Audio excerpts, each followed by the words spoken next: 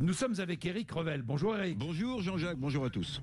Éric, censure, très bien, maintenant Oui. les politiques ont agi. Oui, mais l'économie, quels sont les risques maintenant, Éric? Bon, alors il y a pas mal d'interrogations. Et j'aime bien, Jean-Jacques, que vous parliez de risques plutôt que de chaos, comme on l'a entendu. Oui, c'est bien plus sûr. des risques. Alors, il y a évidemment tout ce qui a été dit, mais qu'il faut rappeler. Les agriculteurs, sont un peu dans l'inconnu. On leur a fait des promesses. Pour l'instant, elles ne seront pas tenues.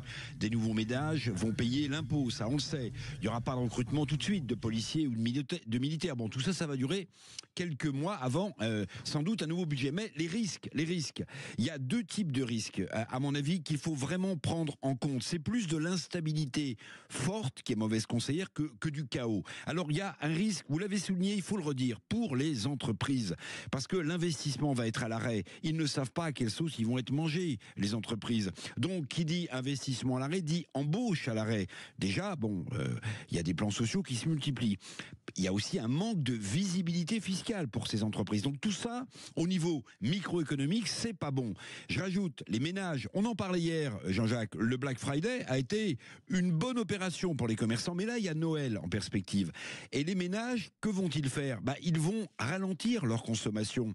Ils vont sans doute épargner plus. Pourquoi ? Vous savez, c'est ce que les économistes appellent l'épargne de précaution. Quand vous ne savez pas ce qui va se passer dans l'avenir, vous préférez épargner comme au moment du Covid, plutôt que de consommer. Et je vous signale quand même, ça c'est important, que hier, fait qui est passé en dessous des radars, l'OCDE, vous savez, l'Organisation internationale économique, a revu à la baisse déjà la croissance française de 0,3%.